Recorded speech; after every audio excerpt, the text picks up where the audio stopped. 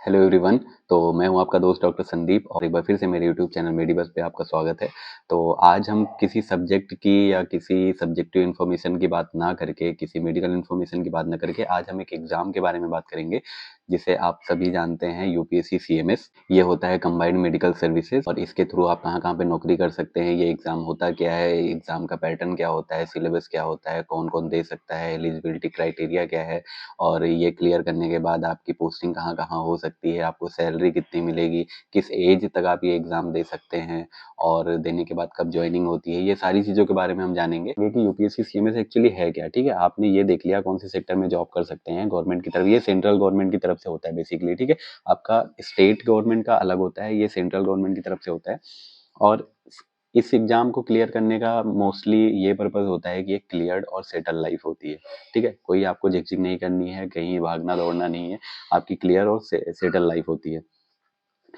इस एग्ज़ाम का NEET PG के साथ कोई कंपैरिज़न नहीं है, सिलेबस सेम है, बस एग्ज़ाम का पैटर्न अलग है, ठीक है? सिलेबस सब कुछ सेम रहेगा, पर एग्ज़ाम का पैटर्न अलग रहेगा, क्वेश्चंस का पैटर्न अलग होगा। नीट पीजी में 1/4 होती है माइनस मार्किंग, इसमें 1/3 होती है। हम बात करेंगे नोटिफ़िकेशंस के बारे में जो यूपीएससी ने जारी कर दिया है और हम वन बाय वन डेट देख लेते हैं कि एप्लीकेशन स्टार्ट डेट क्या है? फ़रवरी 19, ठीक है? 19 फ़ेब से हम फॉर्म भरना शुरू कर सकते हैं और एप्लीकेशन एंड डेट क्या है? मार्च 11, 11th मार्च को हमारी लास्ट डेट है एप्लीकेशन फॉर्म फिल करने की और फिर एडमिट कार्ड कब आएगा? एक्सपेक्टेड इन जुलाई 2025, ठीक है? एग्ज़ाम के 1-2 हफ्ते पहले तक एडमिट कार्ड आ जाएगा और एग्ज़ाम है आपका जुलाई 20th को। तो ये वैसे भी नीट पीजी के बाद आ रहा है, ठीक है? नीट पीजी का एग्ज़ाम हो जाएगा, उसके बाद में ये एग्ज़ाम आ रहा है। तो आप along with NEET PG preparation आप इसको भी साथ में कर सकते हो क्योंकि नीट पीजी एग्ज़ाम दोगे उसके बाद आपको 1 महीना मिल जाएगा, तो फिर उसके बाद में आप ये एग्ज़ाम भी दे सकते हो इन केस अगर आप नीट पीजी की तैयारी कर रहे हो। देखते हैं यूपीएससी सीएमएस का एलिजिबिलिटी क्राइटेरिया कि कौन-कौन एलिजिबल है। फाइनल ईयर स्टूडेंट हो तो आप एग्ज़ाम दे सकते हो, बिल्कुल दे सकते हो। अगर इंटर्नशिप कर रहे हो तो भी दे सकते हो, इंटर्नशिप कंप्लीट हो चुकी है, एमबीबीएस कंप्लीट हो चुका है तब तो दे ही सकते हो। तो अगर आप फाइनल ईयर हो तो उसका बस एक क्राइटेरिया है कि जब आप इंटरव्यू देने जाओगे ना, वहाँ पे आपके पास पासिंग सर्टिफिकेट होना चाहिए। ये नहीं है कि अभी भी कॉलेज में ही हैं या पास नहीं कर पाए हैं, फिर भी इंटरव्यू देने चले गए हैं, वो पॉसिबल नहीं है। तो आपके पास उस टाइम पे पासिंग सर्टिफिकेट होना चाहिए। एज लिमिट जो है वो 32 ईयर्स है। वैसे तो देखा जाए तो कोई अटेम्प्ट की कोई लिमिट नहीं है, अटेम्प्ट आप अनलिमिटेड दे सकते हो बट एज लिमिट लगा दी गई है। कहीं न कहीं अटेम्प्ट्स की भी लिमिट है बट इसमें एक ट्विस्ट है कि 32 ईयर्स तक की लिमिट है, एज लिमिट है बट वो जनरल वालों के लिए है। अगर आप जनरल कैटेगरी से हो तो 32 ईयर्स के बाद आप ये एग्ज़ाम नहीं दे सकते हो। ओबीसी कैटेगरी से हो तो 35 ईयर्स तक ये एग्ज़ाम दे सकते हो। अगर एससी-एसटी हो तो 37 ईयर्स तक दे सकते हो और अगर डिसेबिलिटीज़ भी हैं आपको तो 42 ईयर्स तक अलाउड है, ठीक है? एजुकेशनल क्वालिफिकेशंस की बात हमने कर ली है अभी, फिर भी अगर आपका मन है तो आप ये ज़ूम करके पढ़ लेना। एग्ज़ाम पैटर्न क्या होता है? एग्ज़ाम पैटर्न की हम बात करेंगे अभी, डिटेल में करेंगे, पर पहले हम मोटा-मोटा जान लेते हैं कि 2 पेपर होते हैं इस एग्ज़ाम में, ठीक है? Paper 1, paper 2। फर्स्ट पेपर जो स्टार्ट होता है वो आपका 9:30 बजे स्टार्ट होता है मॉर्निंग में और खत्म होता है 11:30 बजे। 2 घंटे में आपको 120 क्वेश्चन मिलते हैं, ठीक है? पर मिनट पर क्वेश्चन। पेपर 2 आपका स्टार्ट होगा 2 बजे। पेपर 1 और पेपर 2 के बीच में आपको 2.5 घंटे का ब्रेक भी मिलता है। तो 11:30 बजे आपका पहला पेपर खत्म हुआ, दूसरा स्टार्ट होगा 2 बजे। वो चलेगा 4 बजे तक। पेपर 1 में आपको 120 क्वेश्चन पूछे जाएँगे। पेपर 1 आपका बेसिकली मेडिसिन और पीडिया होता है, ठीक है? 90 टू 95 क्वेश्चंस क्या होते हैं? मेडिसिन के होते हैं। बट मेडिसिन के साथ में जो क्वेश्चंस अलाइन्ड होते हैं ना, उनसे भी क्वेश्चन आ ही जाता है। मतलब वो साथ में मेडिसिन ही माना जाता है ना, पैथ, माइक्रो, फार्मा ये सब वैसे भी मेडिसिन के ही मान लिए जाते हैं ना, तो वो मेडिसिन के 90 टू 95 क्वेश्चंस होते हैं और बाकी 30 क्वेश्चन तक क्या होते हैं? पीडिया के होते हैं। पेपर 2 में क्या होता है? पेपर 2 में आपके जो मेन सब्जेक्ट्स हैं ना, वो हैं कौन से? सर्जरी, ऑब्स गायनी और प्रिवेंटिव एंड सोशल मेडिसिन, ये 3 मेन होते हैं, ठीक है? दूसरे सब्जेक्ट्स भी पूछे जाते हैं बट उनके ये 2-4 क्वेश्चन आ जाते हैं और मतलब ऐसा नहीं है कि उनसे 40 क्वेश्चन आ रहे हैं, हर सब्जेक्ट से 1-2 क्वेश्चन, 3 क्वेश्चन आ जाते हैं, बट वो कहीं न कहीं इंटीग्रेटेड होते हैं और इस पेपर की खास बात ये है ना कि आपसे नीट पीजी की तरह बहुत ज़्यादा कोरिलेशन नहीं दिया जाता है कि हर सब्जेक्ट का थोड़ा-थोड़ा मिला दिया, इंटीग्रेटेड क्वेश्चन और पूछ लिया, ऐसा नहीं होता है। बट इसमें ऑप्शंस कन्फ्यूजिंग होते हैं। ऑप्शन जैसे यूपीएससी का अपना जो टाइप है ना, जो प्रॉपर टिपिकल जो यूपीएससी टाइप है ना, उस हिसाब से क्वेश्चन क्योंकि यूपीएससी का ही तो है ना, तो उस हिसाब से क्वेश्चन पूछे जाते हैं। मल्टीपल ऑप्शंस करेक्ट दिए जाते हैं और आपको बताना होता है कि कौन-कौन सा सही है। ये नहीं कि कौन-सा सही है, नहीं, नहीं, नहीं, कौन-कौन सा सही है। ए भी सही है, बी भी सही है, सी भी सही है। अब उसमें आपको देखना है ना, ऑप्शन में दे देगा ए, बी, सी करेक्ट है या ए, बी करेक्ट है या सिर्फ ए करेक्ट है। अब आपको बताना है ना ए, बी, सी तीनों करेक्ट हैं और फिर देख लेते हैं कॉम्पिटिशन लेवल। तो कंपटीशन आप देख सकते हो कट ऑफ कितनी गई थी और कितना मतलब वैकेंसीज भी देख सकते हो। 2020 में कितना था 582, फिर उसके बाद में ये देखो 2023 में 1260 सीटें भी थी और 2024 में लास्ट ईयर 827, ठीक है, 827 सीटें थी। तो इस बार भी 8-900 मान के चल लेते हैं। कट ऑफ जो थी वो पहले तो कम रहती थी, पर पिछली बार गई थी 67%, ठीक है। वो इसलिए क्योंकि अब बहुत सारे लोग ये एग्जाम दे रहे हैं। मिनिमम हम मान के चलते हैं 60,000 और मैक्सिमम 1 लाख, ठीक है। मतलब 70-80 हज़ार ऑन एन एवरेज 70-80 हज़ार लोग ये एग्जाम देते हैं। नीट पीजी में कितने बैठते हैं? 2.5 लाख। लास्ट टाइम कितने बैठे थे? 2,30,000। इस बार हम 2.5 लाख मान के चल रहे हैं, सही है। इसमें हम 70-80 हज़ार मान के चल लेते हैं। एक्चुअली होता क्या है कि वो 3x सिलेक्ट करते हैं। अगर 800 वैकेंसीज हैं तो वो 2400-2500 लोग को ले लेंगे। फिर उसके बाद इंटरव्यू में भी तो भगाना है ना कुछ को, तो वो 2,500 लोगों को सिलेक्ट करेंगे पेपर एग्जाम में। फिर उसके बाद में इंटरव्यू में से वो लेंगे कितने उनको चाहिए, ठीक है। 827 उनको इंटरव्यू में लेने हैं, उसमें कौन से पास होंगे। तो ये फाइनल कट ऑफ जो गई थी वो थी 67%। तो इसमें बेसिकली 5 कैडर होते हैं जिसमें आपको पोस्टिंग मिलेगी, और वो होती है CHS, CGHS भी होता है बट वो ऑलमोस्ट सेम होता है, थोड़ा बहुत डिफरेंस होता है। और रेलवे में आपको नौकरी मिलेगी, NDMC में मिलेगी, MCD में मिलेगी और फैक्ट्री ऑफिसर्स के रूप में मिलेगी, ठीक है। तो ये आपके मेडिकल ऑफिसर्स के पोस्ट होते हैं। और CHS थोड़ा ज़्यादा बड़ा कैडर होता है, और ये इंपॉर्टेंट है अगर आपको दिल्ली NCR में ही जॉब करनी है या मेट्रो सिटीज़ में करनी है। तो ये कैडर के बारे में हम बात करेंगे किसी दूसरे वीडियो में। मुझे अभी ये उतना इम्पोर्टेंट लग नहीं रहा, क्योंकि इतना डीप जाने में अभी आप इंटरेस्टेड नहीं होंगे। कैडर हमें वैसे भी बाद में चूज़ करना है, बट कैडर चूज़ करते समय ये ध्यान रखना है कि हम एक बार ही चूज़ कर सकते हैं, ठीक है, सिर्फ एक बार कर सकते हैं। तो आपको किस में जाना है वो आप उस टाइम पे अच्छे से दिमाग लगा के चूज़ करना। अगर हम इसमें पेमेंट की बात करें तो 1 लाख से 2.5 लाख तक की पेमेंट मिलती है, ठीक है। मिनिमम 1,20,000 ये इतना स्टार्टिंग में मिल जाता है, और टैक्स कट कुटा के जितना होता है वो आप थोड़ा बहुत प्लस माइनस कर लेना, ठीक है। तो 1,20 से 2.5 लाख तक की होती है, जिसकी जो जैसी पोस्ट होती है वो टाइम टू टाइम बढ़ती भी रहती है। जिसकी जो पोस्ट होती है उस हिसाब से सैलरी मिलती है। और अगर हम फॉर्म फीस की बात करें, जब हम फॉर्म भर रहे होते हैं तो हमारे 200 रुपये मात्र खर्चा होते हैं, ठीक है। फॉर्म फीस कोई बहुत ज़्यादा नहीं है, 200 रुपये खर्चा होते हैं। और उसमें भी अगर आप SC ST हो, फिर PWD के हो, या फिर फीमेल कैंडिडेट्स, इनके कोई फीस नहीं है, इनका फॉर्म फ्री है एकदम, ठीक है, फ्री ऑफ कॉस्ट है। आराम से फिल करो, एंजॉय करो। तो दोस्त अब हम शुरू करेंगे सिलेबस के बारे में। अब हम देखेंगे कि कौन से सब्जेक्ट से कितने क्वेश्चन पूछे जाते हैं, ठीक है। तो हम बात करते हैं पेपर 1 की। पेपर 1 में जनरल मेडिसिन से कितने पूछे जाते हैं? 90 क्वेश्चन, ठीक है। डर्मा से 1 से 2 क्वेश्चन, डर्मा से 1 से 2 क्वेश्चन, पॉइजनिंग से 2 से 3 क्वेश्चन, स्नेक बाइट से 1 से 2 क्वेश्चन, वैक्सीन के 1-2 क्वेश्चन पूछे जाते हैं, वाइटमिन्स के 2-3 क्वेश्चन, साइकेट्री के 2 क्वेश्चन और पीडिया के 20 क्वेश्चन, ठीक है। ये सारे मिला के मेडिसिन के 90 और पीडिया के 30, ठीक है। इसमें डर्मा और साइकेट्री ये सब भी मिला जुला के, मतलब अलाइंड जो होते हैं सब्जेक्ट्स, वो मिला के 30 क्वेश्चन पीडिया के हो जाते हैं और 90 मेडिसिन के हो जाते हैं। तो अभी जैसे मैं मेडिसिन की बात कर रहा था, तो आपको पता है मेडिसिन में डायबिटीज कितना इंपॉर्टेंट है, ठीक है। तो डायबिटीज मेलाइटस और डायबिटीज इंसिपिडस ये भी, और जेस्टेशनल रूमेटॉइड फीवर का ट्रीटमेंट और डीके, ये सब बहुत इंपॉर्टेंट है। ये इनसे 3 क्वेश्चन पूछे जाएंगे, ठीक है। इंसुलिन का क्लासिफिकेशन, इससे भी 1 क्वेश्चन आएगा। ऑस्टियोपोरोसिस से 1 से 2 क्वेश्चन आएंगे। एंटीकोगुलेंट्स के बारे में 1-2 क्वेश्चन आते हैं, जिसमें कि डायरेक्ट थ्रोम्बिन इनहिबिटर पूछ लिया जाता है, और हेपेरिन इंड्यूस्ड थ्रोम्बोसाइट्स के बारे में पूछा जाता है, ठीक है। अस्थमा से 2 से 3 क्वेश्चन आते हैं आपके हर बार। मेल एब्जॉर्प्शन सिंड्रोम से भी 1 से 2 क्वेश्चन आता है हर बार। इरिटेबल बॉल सिंड्रोम से भी 2 क्वेश्चन आते हैं। जॉन्डिस का भी क्वेश्चन पूछा जाता है। एसिड बेस बैलेंस का भी क्वेश्चन पूछा जाता है। फिर हिरसुटिज्म का ट्रीटमेंट, ठीक है। GCS का भी क्वेश्चन आता है। मायोकार्डियल इन्फेक्शन का 2 क्वेश्चन आता है, ठीक है। और ऑब्स्ट्रक्टिव स्लीप एपनिया का 1 क्वेश्चन, G6PD डिफिशियंसी का 1 क्वेश्चन आता है। हार्ट फेलियर के मैनेजमेंट का भी 1 से 2 क्वेश्चन पूछा जाता है। पीडिया के 10 ऐसे क्वेश्चंस की बात करूंगा जो पक्का पूछे जाते हैं। 2 से 6 क्वेश्चन हमेशा माइलस्टोन से पूछे जाते हैं। ये आपको FMG नीट पीजी में भी इंपॉर्टेंट है, INA-CET में भी पूछा जाता है, और इसमें भी इंपॉर्टेंट है, ठीक है। तो माइलस्टोन अच्छे से याद करना है। ऑटिज्म का भी क्वेश्चन आता है। और प्रोग्राम्स जो है ना, वो जो चल रहे हैं, IMNCI, ICDS, RBSK, राष्ट्रीय बाल स्वास्थ्य कार्यक्रम, ये सब जो है ना, मिशन इंद्रधनुष, ये भी पूछा जाता है। फिर आपको वैक्सीन से 2 क्वेश्चन पूछे जाते हैं। पोलियो वैक्सीन का भी बहुत इंपॉर्टेंट है। पोलियो वैक्सीन कई बार पूछी जा चुकी है। इन 19 टॉपिक से आपके 30 क्वेश्चन गारंटीड हैं, ठीक है।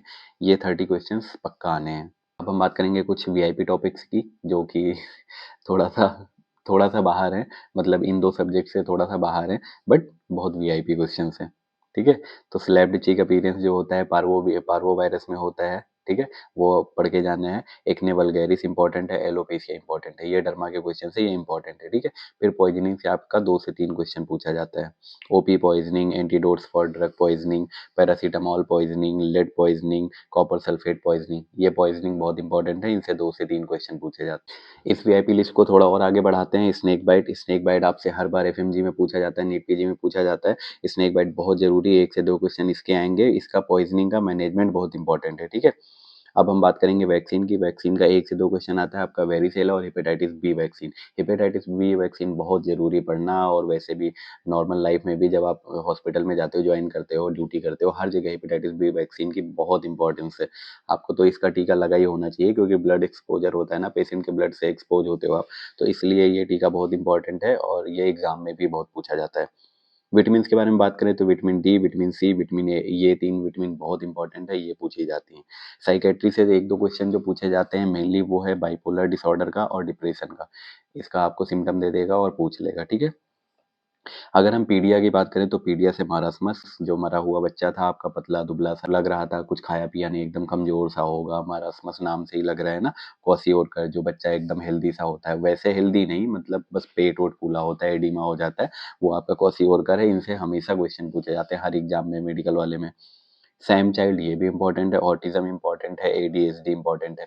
और ये टॉपिक्स क्यों इम्पोर्टेंट है, क्योंकि नॉर्मल लाइफ में भी गवर्नमेंट की स्कीम्स देख लो, वो भी यही चाहती है ना कि बच्चे हेल्दी रहें, स्वस्थ रहें, थोड़ा हट्टे-कट्टे रहें, है ना? तो उसी हिसाब से जो डिजीज़ेज़ हैं, जो उनका ट्रीटमेंट है, मैनेजमेंट है, वो सब और उनसे रिलेटेड जो कार्यक्रम चलाई जा रही है, गवर्नमेंट के द्वारा स्कीम्स चलाई जा रही हैं, वही क्वेश्चन पूछे जाते हैं, और यूपीएससी तो ये क्वेश्चन्स पूछेगी ही ना।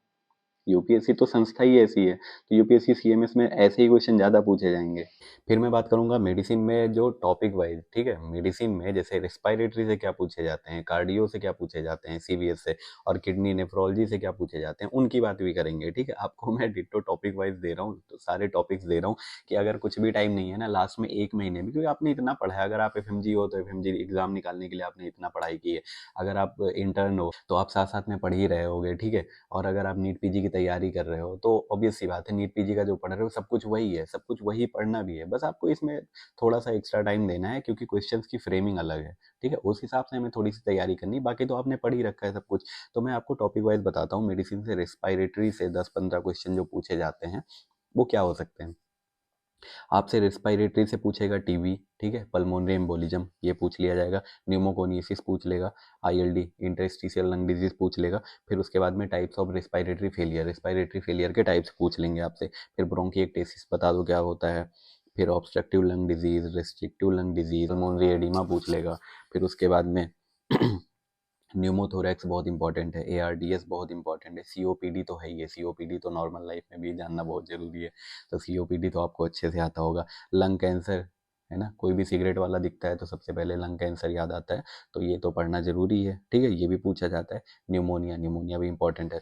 अब अगर बात करें हम किडनी की, ठीक है? किडनी की अगर हम बात करें तो 4 से 5 क्वेश्चन पूछे जाते हैं इससे, और जिसमें से क्रोनिक किडनी डिजीज़ बहुत इंपॉर्टेंट है ना? क्रोनिक किडनी डिजीज़ बहुत इंपॉर्टेंट है, और डाययूरेटिक्स के बारे में साइड इफ़ेक्ट और यूजेस बहुत इंपॉर्टेंट है पढ़ के जाना। नेफ्राइटिक एंड नेफ्रोटिक सिंड्रोम होता है, नेफ्रो और प्रो, प्रोटीन यूरिया, ठीक है? नेफ्रो से प्रो आता है ना दिमाग में, तो प्रोटीन यूरिया, और जो नेफ्राइटिक होता है, तो नेफ्राइटिक हो जाता है आपका हीमैचूरिया। जब आपके यूरिन में ब्लड आने लगता है ना, हीमोग्लोबिन, तो फिर वो होता है हीमैचूरिया। और ये नेफ्रो प्रो, नेफ्रोटिक सिंड्रोम में क्या होता है? प्रोटीन यूरिया, यूरिया में आपके प्रोटीन मिलता है, ठीक है? अब उसके बाद में रीनल ट्रांसप्लांट के बारे में पूछ लेता है, रीनल सिस्टम फिजियोलॉजी बहुत ज़रूरी है पढ़ना, ठीक है? किडनी सेक्शन से। और उसके बाद में हम बात करेंगे सीवीएस की। सीवीएस से पूछे जाते हैं आपके 8 से 9 क्वेश्चन, ठीक है? एरिथमियाज़, ठीक है? Ventricular tachycardia, ventricular fibrillation, PSVT, atrial fibrillation, atrial flutter, ये एरिथमियाज़ पढ़ना बहुत ज़रूरी है। और एमआई की डायग्नोसिस और मैनेजमेंट, एमआई की डायग्नोसिस और मैनेजमेंट, अगर आप इंटर्न हो तो आपको आता होगा, अगर नहीं हो, इंटर्न बनने जा रहे हो, कुछ टाइम में आपकी इंटर्नशिप स्टार्ट हो रही है, तो एमआई की डायग्नोसिस मैनेजमेंट अच्छे से पढ़ के जाना। डेली आपको केसेस मिलेंगे एमआई के, ठीक है? फिर एंटी हाइपरटेंसिव ड्रग्स के बारे में मैं एक कंप्लीट वीडियो भी लेके आऊँगा, जिसमें हम सारी हाइपरटेंसिव, सिर्फ़ और सिर्फ़ हाइपरटेंसिव ड्रग्स के बारे में बात करेंगे, ठीक है? तो हार्ट साउंड्स भी पूछ लेते हैं आपसे, और सीएडी का मैनेजमेंट, ये भी बहुत ज़रूरी, कोरोनरी आर्टरी डिज़ीज़ बहुत ज़रूरी है, और हार्ट फेलियर का मैनेजमेंट, ये सब अब नॉर्मल लाइफ़ में आपके रोज़ मिलेंगे, तो इसलिए इनको पढ़ना ज़रूरी है, और एग्ज़ाम में तो ये पूछे ही जाएँगे, ठीक है? कुछ और टॉपिक्स की बात कर लेते हैं जो कि इम्पोर्टेंट है। मेनिंजाइटिस हो गया, हेपेटाइटिस हो गया, फूड पॉइज़निंग हो गया, इनहेरिटेंस डिसऑर्डर हो गया, ठीक है? Causes of dilated pupils, causes of small sized pupil, causes of QT prolongation, ये भी ज़रूरी है। रूमेटॉइड आर्थराइटिस बहुत ज़रूरी है। Obesity, Down syndrome, HIV, retro antiviral drugs, rabies, ये पढ़ लेना। फिर based on clinical scenario probable diagnosis, आपको क्लिनिकल सिनेरियोज़ जिस टॉपिक पे दिए जाएँगे, जिन टॉपिक्स पे दिए जाएँगे, और उनकी डायग्नोसिस बनानी होगी, वो क्वेश्चंस क्या हो सकते हैं, जैसे मल्टीपल स्क्लेरोसिस हो गया, ठीक है, आपको क्लिनिकल सिनेरियो दिया जाएगा। इसके पहले जो मैंने बताया वो आपसे डायरेक्ट भी पूछे जा सकते हैं, वन लाइनर भी पूछे जा सकते हैं, बट ये वाले mostly clinical scenario based questions होते हैं, ठीक है। ट्यूबरकुलर मेनिंजाइटिस, पायोजेनिक मेनिंजाइटिस, ठीक है, viral encephalitis, Parkinson's disease, Alzheimer disease, ठीक है, nerve palsy, third, fourth, six, third, fourth, six, ये बहुत जरूरी है, ठीक है। ये तीन नर्व पाल्सी पढ़ना बहुत जरूरी है। पीसीओडी भी इंपॉर्टेंट है। अगर हम थायराइड डिसऑर्डर्स की बात करें तो प्रेगनेंसी में थायराइड डिसऑर्डर्स बहुत जरूरी है, ठीक है। हाइपर प्रोलैक्टिनीमिया, 2 से 3 क्वेश्चन पूछे जाते हैं। फिर उसके बाद में CML, CLL, ALL, AML, ये आपको शायद याद नहीं होगा, किसी को याद नहीं होता है जल्दी, बट ये इंपॉर्टेंट है, एग्जाम पर्पज से इंपॉर्टेंट है, पढ़ लेना यार। फिर sickle cell anaemia, thalassaemia, multiple myeloma, ये भी इंपॉर्टेंट है, ये मोस्टली पैथोलॉजी पार्ट है, ठीक है। वर्निकेज इंसेफेलोपैथी, कोरोस्कोप सिंड्रोम, ये भी इंपॉर्टेंट है। अगर हम ENT में आगे देखें, ENT से क्या पूछा जा सकता है, तो आपका पूछ लेता है Weber's test, Meniere's disease, presbycusis, tuning fork test, otosclerosis, Meniere's disease, tuning fork test, Weber's test, ये सब तो मतलब वैसे भी इंपॉर्टेंट है, तो इसे पढ़ लेना। ईसोफेगस से अगर हम देखें, जो सर्जरी पार्ट से देख लें या मेडिसिन से देख लें, ईसोफेगस से आपका बेरेट्स ईसोफेगस हो गया, एक्लेजिया कार्डिया हो गया, बोरहैप सिंड्रोम हो गया, ये इंपॉर्टेंट है। स्टमक का अगर हम देखें तो Menetrier disease, H pylori infection, very very important, ठीक है। और अगर हम स्कोर्स की बात करें, जो हम स्कोर्स काउंट करते हैं ना, अगर हम उसकी बात करें, मॉडिफाइड ब्लैचफोर्ड स्कोर जो होता है, चाइल्ड पग स्कोर जो होता है, मेल्ड स्कोर होता है, ये बहुत इंपॉर्टेंट है। सिंड्रोम्स की बात करें तो ये midbrain, pons, medullary syndrome, ये सब भी पढ़ लेना। फिर उसके बाद में अगर हम ईसोफेजाइटिस की बात करें, ईसोफेगस में होने वाले इन्फेक्शन और इन्फ्लेमेशन की बात करें, तो CMV, हर्पेटिक, कैंडिडा। फिर कुछ इन्फेक्शंस ऐसे हैं जो पूछे जाते हैं, जैसे डेंगू हो गया, मलेरिया हो गया, कोविड-19 हो गया, एंटेरिक फीवर हो गया, ये इंपॉर्टेंट है, ये मतलब इन्फेक्शन पर्पज से अगर देखें ना, तो पूछ लिया जाता है कौन सा इन्फेक्शन है, आपको एक क्लिनिकल केस सिनेरियो दे दिया जाएगा। फिर हम एनेस्थीसिया में अगर देखें, थोड़ा सा और बचा है, फिर उसके बाद में हमारा सिलेबस खत्म हो जाएगा। खत्म क्या हो जाएगा, हमने मोस्टली जो बहुत फ्रीक्वेंटली पूछे जाते हैं वो कवर किया है। मैं ये गारंटी नहीं ले रहा हूँ कि बस इसी में से पूछा जाएगा, बट मैंने जो स्टार्टिंग में बताया ना, VIP टॉपिक्स, गारंटी टॉपिक्स, उनसे जरूर क्वेश्चन आते हैं, ये मैंने बोला है, ठीक है। और ये बाकी वो हैं जो जिनसे टॉपिक्स आते हैं, पर ऐसा भी होता है कि स्किप भी हो सकता है, बट मोस्टली क्वेश्चंस इन्हीं टॉपिक से आएंगे, ठीक है। ये बहुत फ्रीक्वेंट टॉपिक्स हैं। मैं क्वेश्चन पेपर भी लगाऊंगा, उसको भी जल्दी जल्दी हम एक बार देखेंगे, 2 मिनट में देखेंगे। फिर उसके बाद में अगर आपको क्वेश्चन पेपर चाहिए होगा, आपको नहीं मिल रहा है, वेबसाइट पे जाकर निकालने का मन नहीं कर रहा है, यहाँ पे मैं अपने टेलीग्राम चैनल की फोटो लगा रहा हूँ, ये सेम सर्च करके आप वहाँ से ये PDF भी ले सकते हो, ठीक है। अब अगर हम बात करें एनेस्थीसिया की, post lumbar puncture headache important है, ठीक है। Drugs causing pain on injection और एड्रेनालिन, ये 3 चीजें पढ़ना बहुत इंपॉर्टेंट है। साइकेट्री में तो आपके वही repeated topics, dementia, panic disorder, hallucination, delirium, erectile dysfunction, ये सब इंपॉर्टेंट है। डर्मा में बुल्लस, पिट्रियासी, रोजिया और विटिलिगो और टीनिया वर्सिकुलर, ठीक है, ये बहुत इंपॉर्टेंट है। ऑर्थो में तो कार्पल टनल सिंड्रोम, क्लिपन-फील्ड सिंड्रोम, ये सब पढ़ लेना। और ये सब्जेक्ट के बारे में बहुत ज़्यादा डीप में नहीं जाऊंगा, क्योंकि इनके 2-4 क्वेश्चन आते हैं, और उसके लिए फिर इतना डीप में क्यों जाना। मेडिसिन, सर्जरी, OBG, PSM, ये इतना अच्छे से पढ़ना बहुत जरूरी है। और अब मैं एक बार क्वेश्चन पेपर दिखाऊंगा, मैं बस दिखाऊंगा, ठीक है। डिस्कशन करने लग जाएंगे तो बहुत टाइम लग जाएगा, इतना टाइम ना आपके पास है ना मेरे पास है, अभी इस वीडियो में तो टाइम नहीं है, ठीक है। तो एक बार बस आपको दिखा देता हूँ फॉर्मेट। और फिर क्वेश्चन पेपर अगर आपको चाहिए तो आप मेरे टेलीग्राम चैनल से ले सकते हो, यहाँ मैंने टेलीग्राम का और इंस्टाग्राम का भी स्क्रीनशॉट लगाया हुआ है, आप सेम सर्च करके मुझे फॉलो कर सकते हो, और वहाँ से फिर हम फर्दर, अगर आपको कोई क्वेरीज हैं तो आप इंस्टाग्राम पे DM कर सकते हो। अगर आपको कोई PDF वगैरह चाहिए, कोई भी फाइल चाहिए, तो आप मेरे टेलीग्राम चैनल पे सर्च कर सकते हो, आपको मोस्ट प्रोबेबली मिल जाएगी वहाँ पे। तो दोस्त, ये मैंने खोल लिया है पेपर 1, ठीक है, ये 2024 का पेपर है, ठीक है। और इसमें एक बार देख लेते हैं कैसे क्वेश्चन पूछे जाते हैं। ये देखो, height of the jugular venous pulse is determined by, ठीक है, आपको चार ऑप्शन दिए गए हैं। फिर ऐसे node is situated at the junction of, कौन से जंक्शन पे सिचुएटेड है। फिर high output cardiac failure is caused by which of the following diseases, ठीक है, ये आपको पता है अच्छे से। और इसमें देखो, select the correct answer using the code given below. अब इसमें देखो, आपसे पूछ लिया है कि 1 and 2 only, 2 and 3 only, 1 and 3 only, 1, 2 and 3, ये वाली दिक्कत हो जाती है। ये रहा हमारा क्वेश्चन पेपर। तो ये मैं अपने टेलीग्राम चैनल पे डाल दे रहा हूँ, आप वहाँ से ले लेना। और कोई भी क्वेश्चन है तो आप मेरे इंस्टाग्राम पे या यहाँ पे कमेंट बॉक्स में कमेंट कर सकते हो, या फिर मेरे इंस्टाग्राम पे डीएम कर सकते हो। पीडीएफ के लिए आप मेरे टेलीग्राम चैनल को भी सब्सक्राइब कर लेना। आगे और भी जो पुरानी पीडीएफ्स हैं मैं उनको भी उसमें अपलोड करता रहूँगा। मैं एक चीज़ बताना भूल गया हूँ कि जो हमारी अभी तक की पेमेंट थी वो 1,10,000 से 1,20,000 से लेके 2.5 लाख तक थी। पर जो 8th पे कमीशन लग रहा है ना, जो 8वां वेतन आयोग लग रहा है, उसके बाद ये सैलरी आपकी 1,40,000 से स्टार्ट होने वाली है, जिसमें कट कुटा के आपको 1,35 तक तो मिलेगा ही, ये स्टार्टिंग सैलरी होगी। और ऊपर का तो आपकी पोस्ट और प्रमोशन के हिसाब से बढ़ता रहेगा, जैसे भी आपकी पोस्ट होगी, प्रमोशन होगी, वो इंक्रीज होता रहेगा। ठीक है, तो ये था हमारा 8th पे कमीशन, जो मोस्ट प्रोबेबली 15th फेब से लागू हो जाएगा। तो दोस्त, वीडियो को पूरा देखने के लिए बहुत बहुत धन्यवाद। और अगर आपने चैनल को सब्सक्राइब नहीं किया है तो प्लीज कर लेना। वीडियो को लाइक, कमेंट एंड शेयर कर देना अपने दोस्तों के साथ जिनको नीड होगी। Thank you so much.